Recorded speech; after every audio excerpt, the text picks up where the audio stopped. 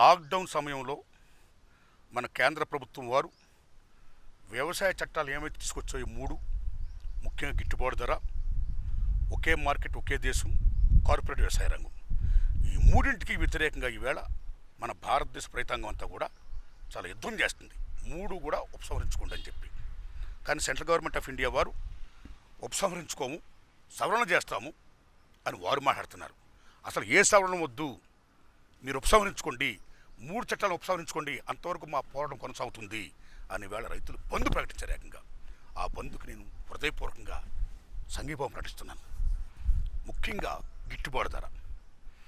గిట్టుబాటు ధర అనేది ఏ కనీస మద్దతు ధర అయితే గవర్నమెంట్ ప్రకటించిందో దాన్ని మీరు లిఖితపూర్వకంగా ఇవ్వండి అని రైతులు అడుగుతున్నారు. కానీ గవర్నమెంట్ లిఖితపూర్వకంగా ఇవ్వట్లా, మేము అమలు చేస్తాం, మమ్మల్ని నమ్మని అంటున్నారు. మరి నిజంగా మీరు అమలు చేసేవారు అయినప్పుడు మరి ఎందుకు మీరు లిఖితపూర్వకంగా ఇవ్వడానికి మీ మనసు యాక్సెప్ట్ చేయదు? Must do it. రైతులు గౌరవించాలి. మనకు అన్నం పెడుతున్న మహానుభావులు, అన్నదాతలు. లాక్డౌన్ పీరియడ్లో మొత్తం మన భారతదేశాన్ని కాదు ప్రపంచాన్ని కాపాడింది రైతాంగం, రైతులు. ఇప్పుడే కాదు ఎప్పుడు కూడా రైతులు మనం కాపాడుతారు, మనకు పుట్టెడుతున్నారు. అలాంటి రైతులకి మీరు కనీస మద్దతు ధరని లిఖితపూర్వకంగా ఇవ్వమంటే ఎందుకు ఇవ్వరండి? మీరు ఇవ్వాలి.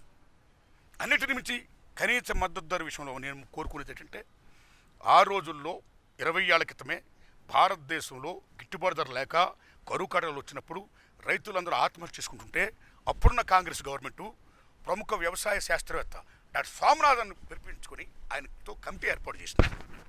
డాక్టర్ స్వామినాథన్ గారు బ్రహ్మాండంగా తన కమిటీతో మొత్తం పరిశోధించి గిట్టుబాటు ధర అనేది రైతు తను పడే కష్టానికి, తను పెట్టే పెట్టుబడికి, కవులకి, శ్రమకి అన్నిటికి కూడా తీసుకొని వాటితో పాటు అదనంగా ఒక 50% లాభం ఇవ్వాలి రైతుకి. అదే నిజమైన గిట్టుబాటు ధర అడిగింది డాక్టర్ స్వామినాథన్ కమిటీ. సో ఎందుకు మీరు ఆ వేళ కాంగ్రెస్ గవర్నమెంట్ కానీ ఈవేళ మీరు ఈ ఎన్డీఏ గవర్నమెంట్ కానీ ఎందుకు మీరు డాక్టర్ స్వామినాథన్ కమిటీని మీరు సిఫార్సుని ఎందుకు మీరు అమలు చేయరు? రైతుల మీద ఏమాత్రం మీకు ప్రేమ ఉన్నప్పుడు, రైతుల మీద మీకు ఏమాత్రం సరే న్యాయం చేస్తున్నాం, మేము మేలు చేస్తున్నాం, మాది రైతే రాజు అనే గవర్నమెంట్ అంటున్నప్పుడు why don't implement the doctor Swaminathan committee report? దాన్ని ఇంప్లిమెంట్ చేయండి. అది అసలు సిసలు గిట్టుబాటు ధర రైతులకి. ఇక రెండో విషయం వస్తే, ఒకే దేశం ఒకే మార్కెట్. Right, good.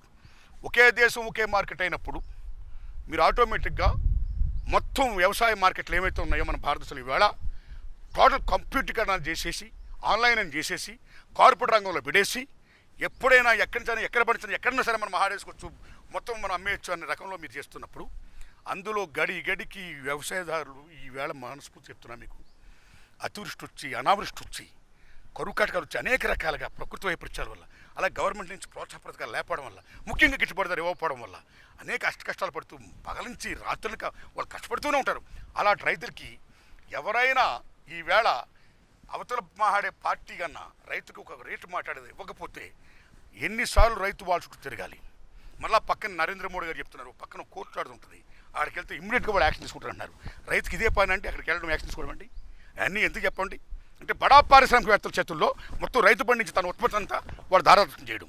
ముందు వాళ్ళు ఒక రేటు ఇస్తారు, టెంప్ట్ చేస్తారు, తర్వాత మళ్ళీ రేటుని తగ్గించేస్తారు, అక్కడ మళ్ళీ ఏడిపిస్తారు. ఉదాహరణకి పెట్రోల్ తీసుకోండి, ఇవాళ డీజిల్ తీసుకోండి, ఇవాళ ఒక రేటు ఉంటుంది లీటర్కి ఇంత అని, సన్సెక్స్ లాగా రోజుకి ఇంత రేటు, రేపు పొద్దున అంత రేటు, ఇంకో రోజున అంత రేటు.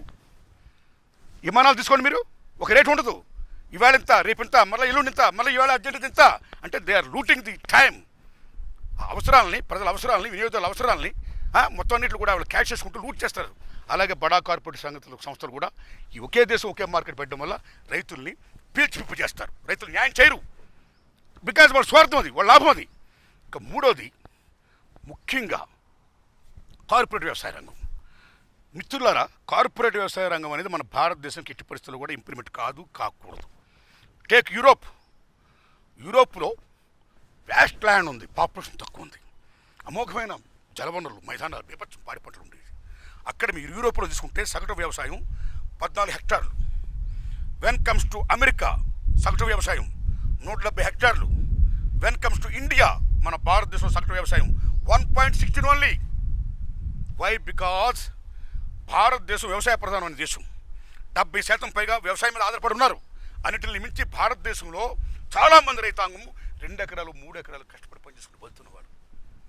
అలాంటి దశలో మీరు కార్పొరేట్ రంగానికి ఇచ్చేయమని చెప్తే మొత్తం రైతులందరూ ఇచ్చేసిస్తే అక్కడ రైతులు కూడా షేర్ హోల్డర్సే, రైతులు కూడా రాజులే అని చెప్పి ముందు తర్వాత ఈ కార్పొరేట్ రంగంలో రైతులు ఏం చేస్తున్నారండి? అదే భూమిలో ఏ రైతు అయితే రాజుగా బతుకుతూ దున్నుతూ హ్యాపీగా ఉంటున్నాడో, పంట పండిస్తున్న అందరికి పువ్వు పెడుతున్నాడో ఆ రైతుని కూలి చేస్తారు వాళ్ళు. అక్కడి నుంచి అదే కార్పొరేట్ రంగం ముందు రైతు దగ్గరికి వచ్చి అయ్యా రైతే రాజు అనేవాడు. నెక్స్ట్ కట్ చేస్తే కార్పొరేట్ రంగం ముందు మన రాజు ఒక బానిసలాగా అయ్యా నా షేర్ ఎప్పుడు ఇస్తారు, నా డబ్బు ఎప్పుడు ఇస్తారు అడుక్కోని పరిస్థితి వస్తుంది. కాబట్టి రైతే రాజుగా ఉన్న నినాదాన్ని దాన్ని ఇంప్లిమెంట్ చేసి కాపాడండి. రైతుని బానిస చేయొద్దు. ఈ కార్పొరేట్ వ్యవసాయ రంగం మన భారతదేశం కరెక్ట్ కాదు అని నేను విజ్ఞప్తి చేస్తున్నాను. ఈ దశలో అన్నింటినీ మించి భారతదేశంలో ముఖ్యంగా వ్యవసాయ చట్టాలతో పాటు ఏ విద్యుత్ బిల్లు పట్టుకొచ్చిందో కేంద్ర government, central government of India NDA ప్రభుత్వం, ఆ విద్యుత్ బిల్లు కూడా కరెక్ట్ కాదు. ప్రైవేట్ పరం చేయొద్దు. కమ్స్ టు బాంబే మొత్తం ఇవాళ ప్రైవేట్ పరం అయిపోయింది ఈ విద్యుత్తు. ఇక్కడ మీరు తీసుకోండి, ముఖ్యంగా మన తెలుగు రాష్ట్రాల్లో తెలంగాణ కానీ ఆంధ్రప్రదేశ్ కానీ తీసుకోండి. ఈవేళ కేసీఆర్ గారు ఫుల్ కరెంట్ ఫ్రీకి ఇస్తున్నాడు. ఆయన అక్కడ జగన్మోహన్ రెడ్డి గారు ఇస్తున్నారు. అలా చాలా రాష్ట్రాలు ఇస్తున్నాయి. ఈ రకంగా మీరు కార్పొరేట్ చేతుల రంగంలో విద్యుత్ సంస్థల పేరు చెప్పి వాళ్ళ చేతులు కరెంట్ పెడితే మళ్ళీ వాళ్ళు వీళ్ళ పెట్రోల్ డీజిల్ ఎలాగైతే లూట్ చేస్తున్నారో, విమాన ఛార్జీలు ఎలాగైతే లూట్ చేస్తున్నారో, అలాగే రేపు పొద్దున కరెంట్ కూడా లూట్ చేస్తూ రైతుకి ఎక్కడ మీరు కరెంట్ ఇస్తారు? రైతు బిల్లు కట్టకపోతే ఆపేస్తారు, పంట నాశనం అయిపోద్ది. కాబట్టి ఎందుకంటే మన సంక్షేమ ప్రభుత్వం, సంక్షేమ రాజ్యం. కాబట్టి విద్యుత్ ఏమైతే ఉందో, విద్యుత్ బిల్లు ఏమైతే ఉందో రాష్ట్రాల చేతుల్లో కానీ మీ చేతుల్లో కానీ ఉన్నప్పుడు ప్రజలకి మొత్తం న్యాయం చేయండి, రైతులకు న్యాయం చేయండి. ఈవేళ అనేక రాష్ట్ర ప్రభుత్వాలు ఏ విద్యుత్తునైతే ఫ్రీగా ఇస్తున్నాయో, మన తెలంగాణ గవర్నమెంట్ కానీ మన ఆంధ్రప్రదేశ్ గవర్నమెంట్ కానీ, సో మెనీ గవర్నమెంట్స్ దాన్ని కాపాడినవ్వండి, కొనసాగనివ్వండి. మీరు కూడా భారతదేశంతో అలా ఇంప్లిమెంట్ చేయండి.